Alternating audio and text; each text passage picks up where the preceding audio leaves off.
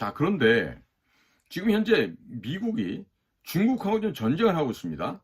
그 대포만 쏘고 비행기 전투가 없다 뿐이지 실제로 어마어마한 지금 전쟁이 진행되고 있는데, 자, 이 대한민국의 최고의 지성기관, 최고의 대학이 어딥니까? 국립서울대학교, SNU, 서울 내셔널 유니버시티 아니겠어요? 근데 이 서울대학교 안에 미국의 최대 적성국가인 중국 공산당의 주석 시진핑의 기념관을 깔아놓고 이렇게 참 숙모하고 있다고 하니 이 미국에서 얼마나 기가 차겠습니까? 또 반도체 동맹, G4 동맹에 가입하라고 하는데 한국이 지금 안 들어가고 있잖아요. 그러니까 얼마나 배신감이나 분노를 느끼겠습니까? 자, 그러니까 이런 상황에서 우리가 이 국가기관에 근무하시는 분들이 중소기업의 과장보다도 못한 그런 정무감각, 그런 현실 감각을 가지고 있다면 우리 국민들이 혈세를 내서 그런 분들에게도 다 월급을 주고 있는데 이게 돈이 아까운 일이 되는 거 아니겠어요? 이렇게 되면은 국민들의 눈에서 피눈물이 나올 수가 있죠. 우리가 사람이냐 짐승이냐 이것을 명확하게 구분지을 때 그 기준점은 역사를 아느냐 모르느냐에 따라서 그 구분을 할 수 있습니다. 즉 역사를 모르고 또 은혜를 모르면 국가안보실의 실장 출신의 짐승이 될 수 있고 또 국가정보원장 출신의 짐승이 될 수도 있는 겁니다. 자, 지금 보시면 김성한 국가안보실장께서는 주로 외교연구원에서 미주 파트 조교수를 했어요. 또 부교수, 연구부장, 또 이명박 때는 외교통상부 제2차관까지 하신 분인데 만약에 이런 분이 역사도 제대로 파악이 안 되고 또 미국의 의중도 정확하게 읽어내지 못해서 이런 식으로 한미 간의 관계가 불편하게 된다 그러면 이게 너무나도 곤란한 일 아니겠습니까? 이런 식으로 일을 만들어서는 매우 곤란한 일이죠. 제가 좀 곤란이라고 말씀드리면 그보다 더 심한 지금 상황이 전개되고 있습니다. 자, 미국이 삼성과 SK 이 양사에 1년간의 유예기간을 준 것은 윤석열 정부가 막 대통령에 새로 당선이 되고 정신이 없고 하니 한 1년간 적응하고 준비해서 결과를 보여달라고 유예기간을 주었던 것입니다. 그런데 1년 동안 미국에서 이와 같은 조치가 나올 때까지 우리나라 정부 주요 기관에서는 무엇을 했습니까? 특히나 대통령을 모시고 있는 안보실과 국가정보원에서 이 일을 대비를 하지 못했다는 것은 일을 안 했다라고 이렇게 평가를 할 수도 있겠습니다.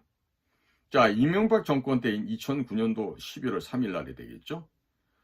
대통령의 복심으로 불리던 이 장광근 사무총장이 중국의 북경까지 날아가서 중국 공산당과 한나라당 사이에 업무 교류 협약을 맺었습니다.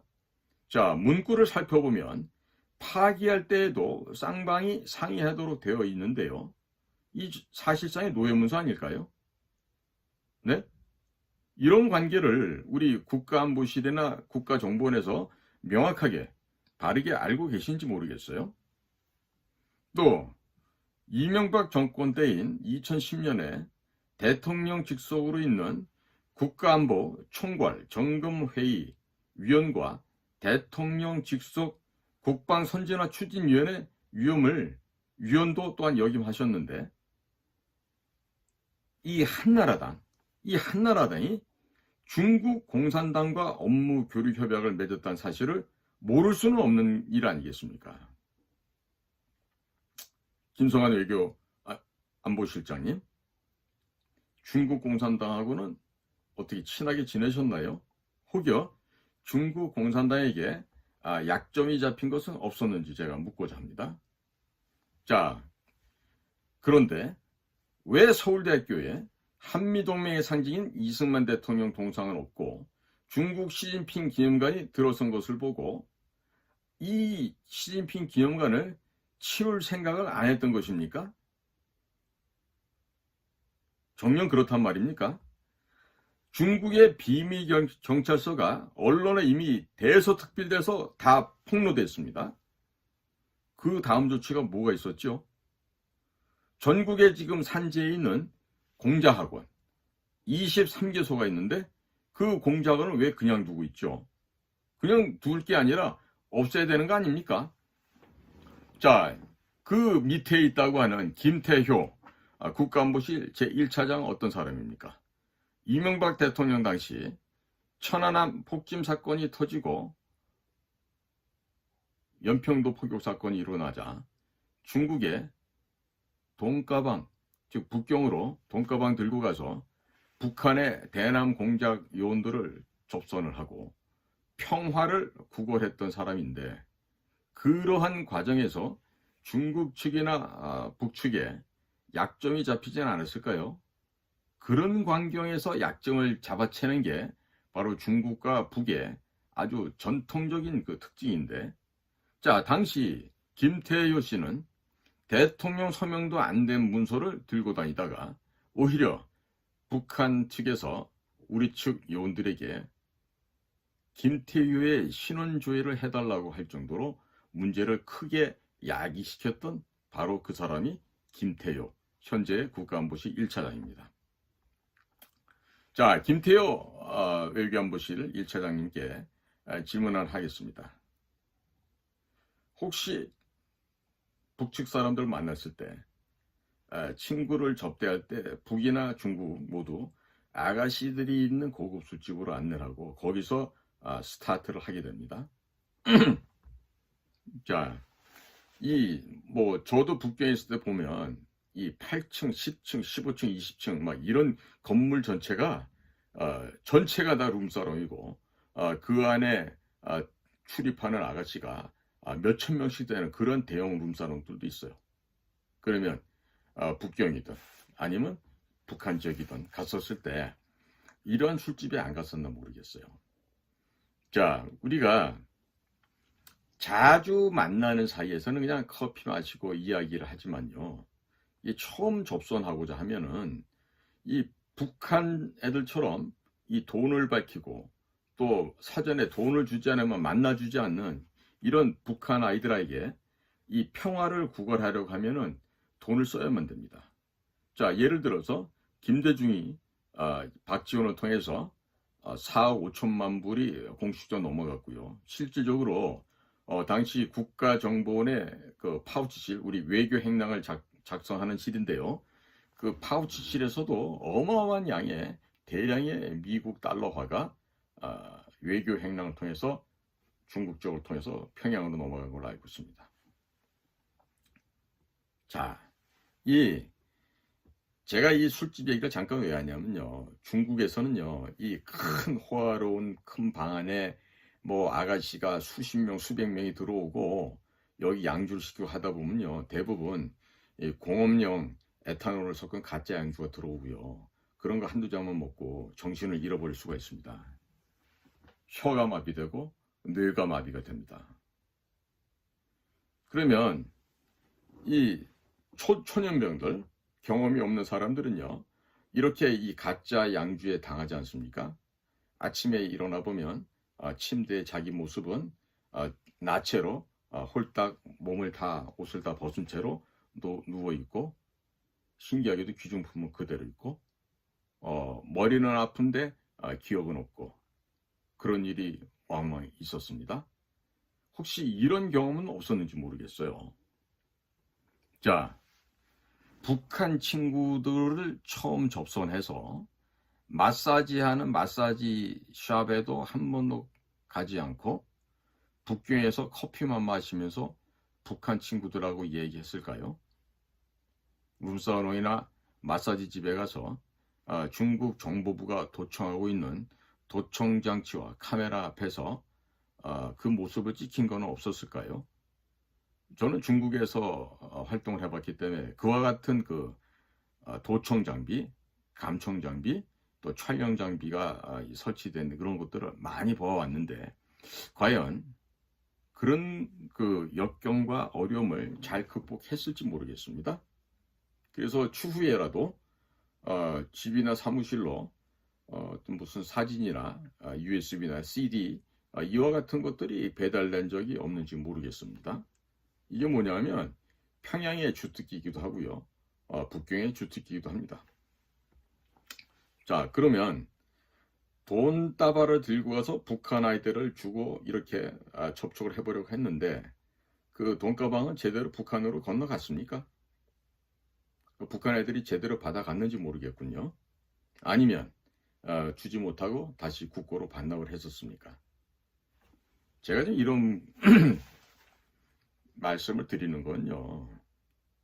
이게 우리가 이 비밀 공작 자금의 성격을 띠고 북측과 은밀한 일을 할 때 사용되는 돈들이요. 때로는 그 규모와 액수를 측정할 수 없을 정도로 돈이 빠져나오는 경우가 있습니다. 제가 직접 많이 봤어요. 봤기 때문에 제가 좀 드리는 얘기예요. 그래서 국정원의 특활비, 이 공작 자금으로 부여된 이 자금들이요. 허무맹랑하게 활용되는 경우가 많이 있었단 말이죠. 그래서 제가 지난 시간에 말씀드렸잖아요. 김정숙의 호화 사치 비용, 김정숙의 옷, 구두, 그 여러 가지 보석, 이런 것들을 구매하는 데 있어서 김정숙이 이 신권으로요, 이 띠가 붙인 거 우리가 관봉이라 하지 않습니까? 그 관봉으로 묶여있는 신권을 들고 다니면서 돈을 갖다가 썼다는 거 아니겠어요? 그러면 국정원의 특활 자금이 사실은 그게 우리가 그 비밀 공작 자금으로 투입돼야 될 자금인데 그게 김정숙의 사사로운 개인의 욕구 충족을 위한 그 특활 비용으로 사용됐다라면 이거 어떻게 됩니까? 김정숙을 잡아다가 조사를 하고 불법인 것이 있으면 감방에 쳐넣어야 되겠죠. 네? 자, 이 대목에 있어서 대통령 경호실의 김용현 경호실장께서는요. 김태호 국가안보실 제1차장께 한번 중국 갔다 와서 뭐 특별한 USB나 CD롬 받은 것은 없었는지 한번 확인해 보시기 바랍니다. 자, 또 이 김태호 선생은 이명박 정권에서 퇴직하면서 이 국정원과 기무사에서 작성했던 기밀 문건을 들고 나왔고 이로 인해서 벌금을 300만 원을 선고일을 통해서 맞았는데 당시에 김태호 전략기획관인가요? 이 김태호 선생은 왜 이런 군사기밀을 들고 나왔을까요? 뭐 때문에 본인이 소지해서는 안 될 국정원 문건이나 기무사 문건을 왜 들고 나왔겠습니까? 혹시 북이나 중국에게 약점이 잡혀서 북이나 중국 친구들에게 선물로 주려고 가지고 나왔던 게 아닐까요? 들고 나온 것은 어떻게 처리했습니까? 사실 이런 부분에 있어서 철저하게 우리 국가정보원에서는 수사를 해야 됩니다. 자, 그러면 그 위에 지금 선임으로 계시는 김성한 외교안보실장님, 당신의 부하 직원이 국가기밀 유출죄로 유죄 선고를 이미 받았습니다. 또 그러한 김태호 국가안보실 1차장이 과연 국가안보실에서 근무할 자격이 있다라고 생각하십니까? 저희와 같이 고도의 훈련받았던 전문 공작관도 아닌 사람이 돈 들고 북경에서 북한 친구들을 만나고 다니고 개성에 가가지고 또 돈을 지원하려고 했는데 그런 과정에서 중국이나 북한 측에게 약점을 잡히지 않았겠습니까? 자, 상식적이라면 우리가 합리적인 의심을 해보고 또 업무에서 이런 사람은 배제시키는 것이 정상적인 절차가 아니겠습니까? 자, 김태호 1차장도 윤석열 대통령님과 같은 아파트에 살고 또 대통령께 누를 끼치지 않고자 한다면 자진 사퇴하는 것이 대통령에게 부담을 덜어주는 일 아니겠습니까? 그렇게 해야 되는 일이 아니겠습니까? 중국이나 북한에서 트로이 목마로 남아있으라고 강하게 주문을 했던가요? 아니면 월급을 더 받으려고 남아있나요? 어느 쪽입니까? 자, 김성한 국가안보실장님은 중국에게 이런 그 교수 시절에 중국을 오고 가고 하시면서 중국과의 관계에서 약점이 잡힌 것은 없었는지요? 사실 이 부분은요, 대한민국의 법학대학 정치 외교학 이런 쪽의 정치 사회과학을 공부하는 교수들이 거의 많은 숫자들이 중국에게 전염되었다. 중국 돈에 매수되었다 하는 얘기를 많이 듣습니다. 저도 저희가 다닐 때는 서울대학교에 외교학과 정치학과가 따로 분리가 돼 있었습니다. 그래서 당시에는 서울대학교 정치 외교학과를 나왔다 그러면 그게 거짓말이 되는 거예요. 연세대학교, 고려대학교는 그런 과가 있는데요. 서울대학교는 분리가 돼 있었습니다. 그러다가 최근에 들어서 정치 외교학부가 하나로 통합이 되면서 하나가 지금 돼서 지금 운영되고 있는데 거기에 지금 제가 아끼는 그 후배가 한 녀석이 가리 늦게 지금 공부를 한다고 거기 있었는데 서울대학교 교수들도 대단히 많은 숫자가 중국에게 감염되어 있다. 이런 얘기를 우리 젊은 후배로부터 들을 수가 있었어요. 왜 그랬느냐? 서울대학교의 이 정치외교학부는요. 과거 같으면은 이 서울에서 경기고등학교를 나오지 않고 서울대학교 학부에서 정치학과 외교학과를 나오지 않으면 그 과의 교수가 될 수 없는 아주 독특한 구조로 돼 있었는데요. 요즘 좀 그렇지 않은 모양이에요. 자, 그러니까 이 서울대학교의 석사과정, 박사과정에 있는 사람들이 중국을 비평하는 이런 얘기가 나오면 이 거의 발작적으로 반응하는 교수가 있었다 그래요. 그 중에 한 명이 누구냐면 지금 중국 대선 나가 있는 그 대통령과 함께 충안고등학교 동기생이라고 하는 정아무개 대사입니다. 그러니까 이런 거로서 우리가 합리적으로 상식적인 수준에서 한번 검토를 해봐야 돼요. 과연 적들에 의해서 손탄가 없는가? 혹시 뭐 돈이나 이런 걸로 매수됐던 것은 없는가? 이런 것들이요. 우리가 매우 매우 중요합니다. 지금 미국에서 발생하고 있는 하원 의원들의 중국 미인계 여성들에 의해서 각각의 최고급의 국가 기밀 정보 빠져나간 게 이미 다 발각이 됐었죠. 자, 그러면 우리는 미국의 사례에서 볼 수 있듯이 이러한 그 부자격자, 결격자들은요, 국가안보실이나 국가기관에서 외교 안보 업무를 담당시켜서는 안 됩니다. 절대로 안 됩니다. 그렇기 때문에 사사롭게 무슨 뭐 외교안보실에서 같이 근무했었다, 뭐 어느 대학에서 같이 있었다 이런 거 가지고요, 국가를 운영하는 주요 안보 정보 분야에서 일을 한다. 이거는요 너무나도 위험천만한 일이에요. 마치 그 핵폭탄을 들고 불소프로 뛰어드는 것보다 더 위험한 일이 된다고 저는 말씀을 드릴 수가 있습니다. 이 김성한 외교안보실장이 현재 국정원의 권춘택 해외파트 제1차장과 고려대학교 영어영문학과 79학년도 동기 동창이라고 알려져 있습니다. 자, 그런데 우리 이 권춘택 차장님도 이 미국만 다녀봤지 이 해외에서 야전에서 이 소위 말하는 비밀 공작, 북한의 공작 요원들과 맞상대를 하고 현장에서 정말 불꽃 튀는 그런 일은 해본 경험이 없는 사람 아닙니까?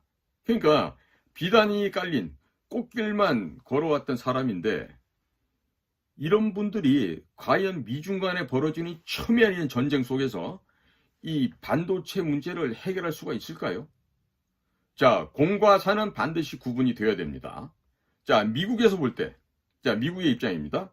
자, 김태호 같은 분이 계속해서 국가안보실에서 근무를 하고 있다. 그러면 미국 측에서는 뭐라고 생각하겠습니까? 대한민국 애들은 대통령에서부터 뭐 줄줄 세는 거 아니야? 이런 의심을 할 수 있지 않겠어요? 자, 그 다음에 권춘택 차장이 워싱턴에서 무슨 정보공사를 했다고 해서 해외 공작 한번 제대로 안 해봤는데, 자, 그런 사람이 현존하는 세계 최강의 초강대국 미국 파트를 맡고 있다. 제가 지금 이 미국 파트를 맡고 있다는 건요, 자, 만나서 헬로 하와이 투데이 하는 이런 영어 하는 게 아닙니다. 이 우리가 정보 비밀 공작을 이 중차대한 임무를 수행할 때는요, 이 눈빛과 말 몇 마디 갖고도 문제를 해결할 수가 있습니다. 이것은 뭐냐? 현장에서 그 연마가 되지 않고 현장에서 경험을 체득하지 않으면 그 일을 할 수가 없다는 얘기예요. 자, 예를 들어서 대학원에 박사과정에 있는 사람한테 유치원생을 갖다가 카운터 파트너로 붙인다고 이런 생각을 해보십시오. 이 대학원생은 미국이고 카운터 파트너는 우리 한국이 될 수 있겠죠? 자, 그러면 미국에서 어떤 생각을 갖겠습니까? 일종의 수치감, 모욕감, 모멸감을 느끼게 될 겁니다. 이 상식적으로 외교적인 거, 더더군다나 비밀 공작 사업이 되겠습니까? 안 될 말이죠. 될 수가 없습니다. 자, 그러면 국가안보실장의 김성한 실장님이나 국가정보원의 김규현 국정원장님이나 이런 사람들이 다 책으로 많이 배웠을 거 아니에요. 현장에서 배운 게 아니라. 그러면 실무를 잘 모르실 거 아니에요. 그럼 미국은 누구하고 무슨 얘기를 어떻게 해야 됩니까? 그러니까 제가 만약에 미국 CIA 장이다. 미국 특수공작부서의 내 국장이다. 그랬을 때 무슨 얘기를 어떻게 합니까? 대화가 돼야지 얘기할 거 아닙니까? 자, 예전에 박진 외교부 장관, 현재 외교부 장관이시죠? 그 박진 장관과 함께 그러니까 일을 해봤던 그런 분들 이야기를 들어봤더니만 정말 그 평가가 참 야릇한 평가가 납니다. 무슨 새가슴이다, 어? 혹은 무슨 뭐 쫄보다, 뭐 이런 평가가 있는데 이 얘기는 결국 뭐예요? 일선 현장의 외교관으로서는 유능하지 않다는 이야기 아니겠습니까? 네? 자, 김규현 국정원장도 과거에 외교부에서 오랜 세월을 근무를 하셨고 거의 최종 단계에서 외교안보에서 근무를 하신 걸로 알고 있는데 외교부 직원들이 바라보는 김규현이라는 인물, 그분에 대한 평가는 제가 굳이 여기서 필설로 다 아지 않더라도 이제는 다 아시겠습니까? 자, 그러면 미국에서는 이런 사항들을 다 파악하고 있어요. 자, 그럼 미국이 한국과 비밀 공작을 해야 되고 또 중요한 일을 해야 되는데 이게 윤석열 옆에 있는 사람들이 이런 사람이 누구랑 얘기합니까? 하다못해 김건희 여사라도 붙잡고 미국 쪽에서 얘기해야 될까요? 말이 안 되잖아요. 그러면 우리나라 대통령, 윤석열 대통령을 얼마나 미국에서 우습게 보겠습니까? 이런 생각들 안 해봅니까? 입장을 한번 바꿔놓고 생각해 보십시오. 우리가 타산지석이란 말이 있듯이 우리가 입장을 바꿔놓고 생각해 보면요. 자, 우리가 미국이고 현재 한국이 미국이라고 생각했을 때 입장을 바꿔놓고 생각해 보면 우리가 특수한 분야에서 특히나 그 국가 정상급에서 외교 안보를 논하는 자리에서 그 상대편 카운터 파트너들이 그 정도 수준이라 그러면 그 워싱턴에서 그 이야기할 그런 기분이 나겠습니까? 자, 이렇게 외교안보실이나 국가정보원에 현장감이 없고 비현실적인 사람들이 지금 전문가라고 지금 영입이 돼서 국가안보를 담당하고 있는데 이렇게 되면요. 국가안보에 문제가 생길 수밖에 없습니다. 대통령께서도 뭔가 느끼는 바가 있으실 텐데 자, 민간의 중소기업에서조차 있을 수 없는 일들이 지금 국가안보실과 국가정보원에서 일어나고 있어요. 자, 누군가가 책임져야 되지 않겠습니까?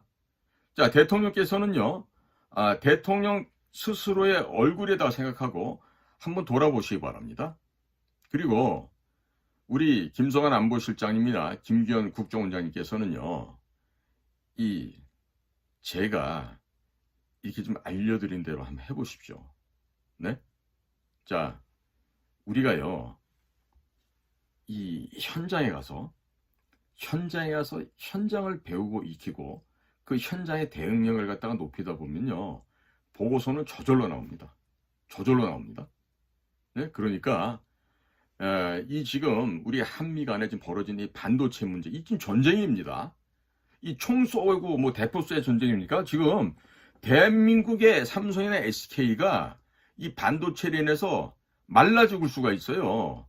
그러면 우선적으로 이거를 국가기관에 나서서 이거 방벽을 쌓고 이 문제 해결될 거 아니겠습니까? 예? 이 치매 예방제도가 참 좋단 말이죠. 자, 우선 말이죠. 우리 반도체를 국가의 전략물자로 지정도 하고 정부 허가 없이는 대한민국 영토 밖에 반도체 증설은 불가능하다. 이렇게 증설을 못하도록 제한을 하십시오. 그리고 삼성이나 SK에게 중국 공장 포기해라. 그리고 미국 공장도 포기하고 한국의 반도체 공장을 증설하라. 뭐 이 정도의 액션을 해야 될 거 아니겠어요. 그러면 삼성이나 SK에서는 한국의 국내법이나 윤석열 정권 핑계대고요. 미국과 직접 맞부딪히게 되는 그런 일은 없게 될 겁니다. 자, 지금 우리 가족이, 내 자녀들이 밖에 나가서 쳐 맞고 다니는데 어서 불러들여서 안전하게 보호해 줘야죠. 네? 자, 그 다음에 중국에 가 있는 우리 한국 기업들 있죠? 중국으로부터 모두 국내로 철수시키십시오. 중국 공장 포기하고 다 국내로 돌아오라고 강권하십시오. 그리고 윤석열 정권이 미국의 바이든 정권과 직접 협상을 하시기 바랍니다. 그래서 지금 현재 우리는 굉장히 여건이 좋습니다. 김성한 안보실장, 김기현 국정원장, 박진 외교부 장관 전부 다 네이티브 스피커만큼 영어를 잘하시는 분이라 그래요. 모두가 영어에 능통하신 분이니까 협상단 꾸려서 통역관 필요 없이 장관들이 가서 직접 미국과 협상해서 문제를 해결하시기 바랍니다. 그리고 미국의 그 여야 정치인들에게도 돈도 좀 집어주는 이런 로비를 하십시오. 자, 미국에선 로비가 합법으로 되어 있습니다. 제가 지난 2018년도에 워싱턴 DC를 방문했더니 문재인이 미국 측의 상하원 의원들을 우리 측으로 끌어들이기 위해서, 즉 평화협정, 정전협정 이것을 맺게 하려고요. 미국 워싱턴에 근 1억 달러 가까운 돈을 뿌렸었어요. 그래서 제가 그때 하원을 방문해가지고 미국의 그 의원들, 보좌관들 몇몇 이렇게 만나서 또 그쪽에 로비스트도 만나왔었는데 한국 돈 못 받으면 병신이라 소리를 하더라고요. 왜 그런 말씀을 하세요? 그랬더니 여기서 그냥 발에 걸리는 게 다 한국에서 오는 돈이라는 거죠. 자, 문재인 같이 하찮은 것도 미국의 정치권을 상대로 돈을 뿌리고 했었는데 미국에서는 로비가 합법입니다. 자, 민간 기업들이 보통 뭐 100억, 200억 뭐 이런 식으로 로비 자금을 쓰고 있습니다. 근데 우리 국가정보원 있죠. 김정숙 같은 그 아줌마가 돈 쓰고 다니는 거 다 뺏어 갖고 와가지고 이런 데다 돈을 써야 돼요. 미국하고 협상하고 로비할 때. 그리고 특활비를 그런 데 써야지. 에? 그 푸대짜라 같은 여인네, 그 똥배 나온 여인네 그 배를 감추기 위해서 이 접히는 목을 갖다 감추기 해가지고 그 비싼 돈을 갖다가 국정원 특활비로 지불하고 그러면 되겠습니까? 안 되겠죠. 자, 그리고요. 제주도 남쪽에 있는 제7광구 이쪽 지역의 해저 자원을 한미 간에 공동으로 개발하자. 그런데 일본까지 굳이 끼겠다고 하면은 일본도 한번 껴서 3분의 1씩 수익금을 배분하자. 그런데 기왕이면 한국, 미국 양국 간에 공동 개발해서 2분의 1씩 나눠 갖자. 이 제안을 꼭 하시기 바랍니다. 그리고요. 제주도에다가 미국의 해군기지와 공군기지를 지어주겠다. 이런 제안을 하시기 바랍니다. 자, 우리가 대한민국의 반도체 산업을 지키고자 한다면 우리가 먼저 미국 측에 당근도 제시할 필요가 있겠습니다. 그래서 우리가 미국의 해군 공군기지를 제주도에 지어주겠다고 제안하는 건요. 우리가 미국이 더 많은 한국 제품을 구매하는 걸 갖다 유도하는 거죠. 중국 제품 사지 말고 한국 제품 샀어라. 일본 제품 사지 말고 한국 제품 샀어라. EU 제품보다 한국 제품이 좋다. 이렇게 해서 한국의 제품이 미국 시장을 도배할 수 있도록 만드는 거예요. 그럼 그 수익금으로 다시 우리는 미국에서 무기도 사오고 삼성이나 SK 등 또 한국으로 공장을 이전하려고 하는 이런 업체들한테 보상을 해주면 되는 겁니다. 자, 그러니까 국가는 이 정의의 총검을 들고 그리고 국민을 지키는 것이죠. 그 일이 바로 국가안보실과 국가정보원에서 해야 되는 일 아니겠습니까? 자, 동맹국인 미국, 또 미국의 주적이라고 하는 중국, 이런 중국에게 우리 기업들이 반도체 수출을 하게 되면 그걸 당장 중단시키고서라도 다른 방법으로 보상해주는 방안을 마련하는 것이 그게 바로 국가가 해야 될 일 아니겠습니까? 또 이것이 바로 국제정치의 기본이 아니겠습니까? 자, 그러면 국제정치의 도를 넘어서 사람 사는 세상이 기본 도리가 아니겠냐는 말씀을 드리는 것이죠. 자, 그래서 국제정치의 기본은 이렇게 중요합니다. 그런데 이 학교에서 학생들이 가르치고 무슨 뭐 연구 보고서다 이런 걸 하던 분들이 지금 국가정보기관 또 안보실 이런 데 나와서 지금 교수하다고 오셨어요. 이래서 되겠습니까 지금 우리나라가? 그리고 자, 외교관도 뭐요? 이 현지에서 뛰는 외교관이 있고 이 데스크에서 데스크웍만 하는 외교관도 있어요. 데스크 업무가 중요하다고 하는 사람들은요, 현장 나가서 일 못합니다. 왜? 이 돈 쓸 줄도 몰라요. 응? 그리고 상대편은 우리 쪽으로 이 끌어들인 화술 이런 것도 부족하다고요. 제가 그래서 말하는 영어를 잘한다고 하는 것은요, 무슨 뭐 여기 지금 뭐 스테이크 집 가서 뭐 웰던으로 주세요, 미디움으로 주세요 이런 얘기하는 게 영어가 아닙니다. 뭐 드레싱은 뭐로 주세요 이게 영어가 아니에요. 자, 미국 측에서 필요로 하는 부분을 정확하게 지적해내고 그것을 단 몇 마디를 하더라도요, 상대편이 이 폐부를 찔러서 그 사람의 생각과 내 생각을 일치시키게 만드는 게 이게 바로 외교고 비밀 공작 사업인 거예요. 그런데 자, 우리가 이렇게 국제 간의 기본 질서도 안 되고 이런 것도 기본 개념조차도 모르고 그냥 책으로 배운 외교, 책으로 배운 의전, 또 데스크, 책상 머리에서 배운 이런 거 갖고 해서 과연 그런 현장에서 일을 할 수 있겠냐 이거죠.